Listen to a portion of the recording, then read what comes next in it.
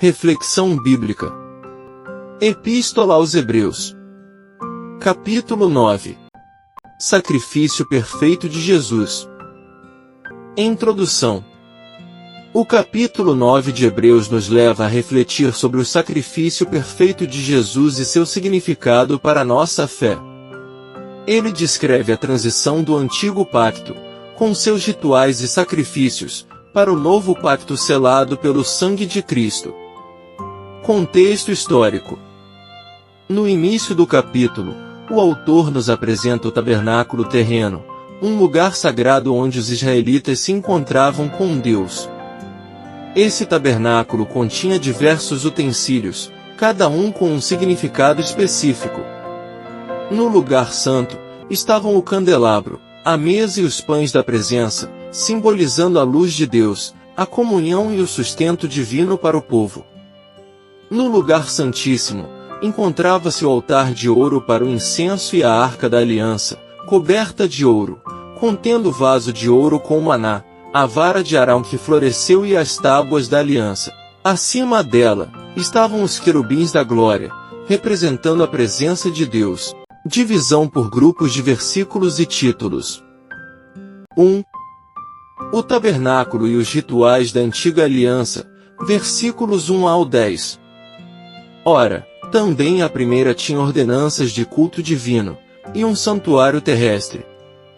Porque um tabernáculo estava preparado, o primeiro, em que havia o candeeiro, e a mesa, e os pães da proposição, ao que se chama o santuário. Mas depois do segundo véu estava o tabernáculo que se chama o Santo dos Santos, que tinha um incensário de ouro, e a arca da aliança, coberta de ouro todo em redor, em que estava um vaso de ouro, que continha o maná, e a vara de Arão, que tinha florescido, e as tábuas da aliança. E sobre a arca os querubins da glória, que faziam sombra no propiciatório, das quais coisas não falaremos agora particularmente. Ora, estando estas coisas assim preparadas, a todo o tempo entravam os sacerdotes no primeiro tabernáculo, cumprindo os serviços. Mas, no segundo, só o sumo sacerdote, uma vez no ano, não sem sangue, que oferecia por si mesmo e pelas culpas do povo.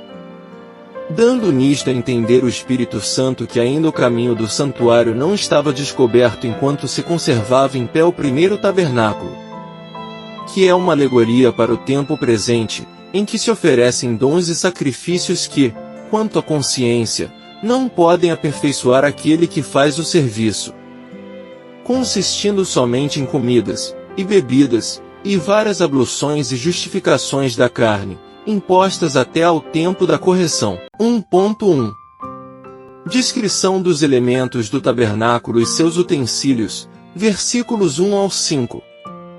Nesses versículos, o autor de Hebreus descreve o tabernáculo terreno, que era o lugar sagrado onde os israelitas se encontravam com Deus. Ele menciona os seguintes elementos: o lugar santo. O candelabro de ouro representava a luz de Deus. A mesa com os pães da presença simbolizava a comunhão e o sustento divino para o povo. Os utensílios sagrados, incenso, óleo e outros objetos utilizados nos rituais. O lugar santíssimo. A arca da aliança, coberta de ouro, continha o vaso de ouro com o maná, a vara de Arão que floresceu e as tábuas da aliança. Os querubins da glória representavam a presença de Deus sobre a arca. 1.2 Os rituais e sacrifícios contínuos, versículos 6 a 10. Nesse trecho, o autor destaca os rituais realizados pelos sacerdotes no tabernáculo. Eles ofereciam sacrifícios repetidamente, mas esses sacrifícios não podiam purificar completamente os adoradores. Essa limitação apontava para a necessidade de um sacrifício superior, que encontramos em Jesus Cristo. Em resumo, o tabernáculo e seus rituais na antiga aliança eram uma sombra do que estava por vir. Eles apontavam para a obra redentora de Cristo, que é o verdadeiro sumo sacerdote e o sacrifício perfeito. 2. O ministério de Cristo no tabernáculo celestial, versículos 11 ao 14. Mas, vindo Cristo, o sumo sacerdote dos bens futuros, por um maior e mais perfeito tabernáculo, não feito por mãos, isto é, não desta criação, nem por sangue de bodes e bezerros, mas por seu próprio sangue, entrou uma vez no santuário, havendo efetuado uma eterna redenção. Porque, se o sangue dos touros e bodes, e a cinza de uma novilha esparzida sobre os imundos, os santifica, quanto à purificação da carne, quanto mais o sangue de Cristo, que pelo Espírito Eterno se ofereceu a si mesmo imaculado a Deus, purificará as vossas consciências das obras mortas, para servirdes ao Deus vivo. 2.1 Cristo, o sumo sacerdote dos bens futuros, versículo 11. Neste versículo, o autor destaca a superioridade de Cristo como sumo sacerdote. Alguns pontos importantes. Cristo, o Messias, sobre quem todos os profetas falaram. Ele é o foco central do Novo Testamento e a realização das promessas divinas. Sumo sacerdote dos bens futuros, Cristo não apenas representa o sacerdócio levítico, mas também transcende-o. Ele é o sumo sacerdote da nova aliança, trazendo bênçãos eternas e melhores promessas. 2.2 O sacrifício perfeito de Cristo, versículos 12 ao 14. Nesses versículos, o autor enfatiza a singularidade e eficácia do sacrifício de Cristo. Entrou de uma vez por todas no santuário, ao contrário dos sacerdotes levíticos que entravam repetidamente no tabernáculo terreno. Cristo entrou no santuário celestial uma única vez. Sua obra redentora é completa e definitiva. Redenção eterna. O sangue de Cristo purifica nossa consciência das obras mortas, permitindo-nos servir ao Deus vivo. Ele ofereceu-se imaculado a Deus, trazendo perdão e reconciliação para toda a humanidade. Em resumo, Cristo é o sumo sacerdote perfeito, cujo sacrifício nos liberta e nos conduz à comunhão com Deus. 3. A superioridade do novo pacto, versículos 15 ao 22. E por isso é mediador de um novo testamento, para que, intervindo a morte para a remissão das transgressões que havia debaixo do primeiro testamento, os chamados recebam a promessa da herança eterna. Porque onde há testamento, é necessário que intervenha a morte do testador. Porque um testamento tem força onde houve morte, ou terá ele algum valor enquanto o testador vive? Por isso também o primeiro não foi consagrado sem sangue. Porque, havendo Moisés anunciado a todo o povo todos os mandamentos segundo a lei, tomou o sangue dos bezerros e dos bodes, com água, lã purpúrea e sopo, e aspergiu tanto o mesmo livro como todo o povo, dizendo: Este é o sangue do testamento que Deus vos tem mandado. E semelhantemente aspergiu com sangue o tabernáculo e todos os vasos do ministério. E quase todas as coisas, segundo a lei, se purificam com sangue, e sem derramamento de sangue não há remissão. 3.1 Cristo, o mediador de uma nova aliança, versículo 15.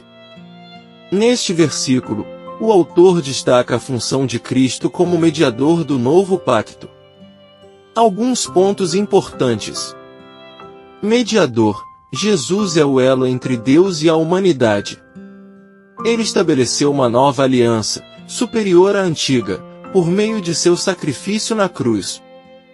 Promessa da herança eterna. Através dessa aliança, aqueles que são chamados por Deus recebem a promessa de herdar a vida eterna. 3.2 Necessidade da morte para validar a aliança, versículos 16 a 17. Nesses versículos, o autor enfatiza que, assim como em um testamento, a morte do testador é necessária para que a aliança seja válida. Da mesma forma, o sacrifício de Cristo, sua morte, validou o novo pacto. Ele é o testador cujo sangue selou essa aliança superior. Em resumo, o novo pacto em Cristo é eterno, eficaz e baseado no sacrifício perfeito. Nele, encontramos a esperança da salvação e a comunhão com Deus. 3.3 O significado do sangue na aliança, versículos 18 ao 22. Nesses versículos, o autor explora o significado profundo do sangue na aliança. Alguns pontos relevantes. O autor menciona que, no Antigo Pacto, Moisés aspergiu o sangue do bezerro e dos animais sobre o povo e os utensílios do tabernáculo. Isso simbolizava a purificação e a consagração. Sem derramamento de sangue, não havia remissão de pecados. Versículos 18 a 20. O autor compara essa aspersão com o sangue de Cristo. Ele enfatiza que, no novo pacto, o sangue de Jesus é superior e eficaz. Cristo, como sumo sacerdote, ofereceu-se a si mesmo como sacrifício perfeito, purificando-nos de maneira completa e eterna. Versículos 21 e 22.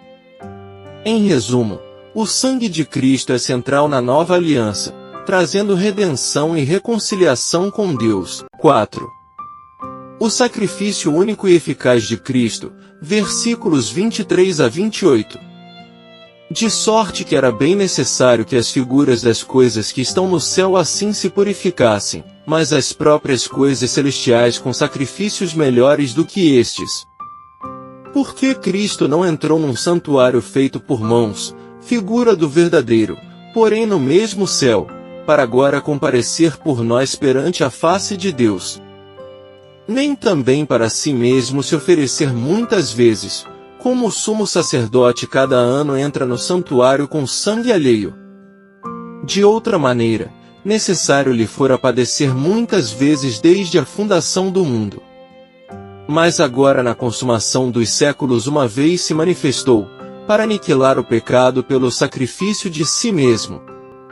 E, como aos homens está ordenado morrerem uma vez, vindo depois disso o juízo, assim também Cristo, oferecendo-se uma vez para tirar os pecados de muitos, aparecerá segunda vez, sem pecado, aos que o esperam para a salvação. 4.1 A necessidade de purificação celestial, versículos 23 e 24. Nesses versículos, o autor destaca a superioridade do sacrifício de Cristo em relação aos rituais terrenos. Alguns pontos relevantes. Figuras das coisas nos céus. Os rituais do tabernáculo terreno eram apenas sombras e representações. O sacrifício de Cristo transcende essas figuras, purificando-nos espiritualmente. Cristo não entrou em santuário feito por mãos.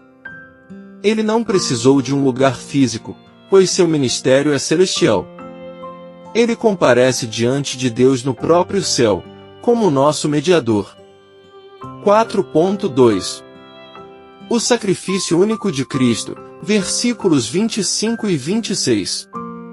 Nesses versículos, o autor enfatiza a singularidade do sacrifício de Cristo. Não se oferecer muitas vezes. Ao contrário dos sacerdotes que entravam no Santo dos Santos anualmente, Cristo ofereceu-se uma vez por todas. Sua obra redentora é completa e definitiva. Aniquilar o pecado. O sacrifício de Cristo removeu o pecado de forma permanente. Ele cumpriu o propósito divino desde a fundação do mundo. 4.3 O retorno de Cristo e a salvação final, versículos 27 e 28. Nesses versículos finais, o autor destaca: morrer uma só vez. Assim como os seres humanos enfrentam a morte uma vez, Cristo também morreu uma vez para tirar os pecados de muitos. Segunda vinda de Cristo. Ele aparecerá novamente, sem pecado, para trazer a salvação àqueles que o aguardam. Em resumo, o sacrifício único de Cristo é o alicerce da nossa fé, trazendo perdão, purificação e esperança eterna. Conclusão. Estudar Hebreus 9 nos ajuda a valorizar o que Jesus fez por nós e a viver uma vida de gratidão e serviço, sabendo que temos um sumo sacerdote que intercede por nós continuamente. Através do sacrifício de Cristo, temos acesso direto a Deus, sem a necessidade de sacrifícios repetidos. Graça e paz por parte de nosso Deus e Pai, e de nosso Senhor e Salvador, Jesus Cristo, estejam sobre nossas vidas.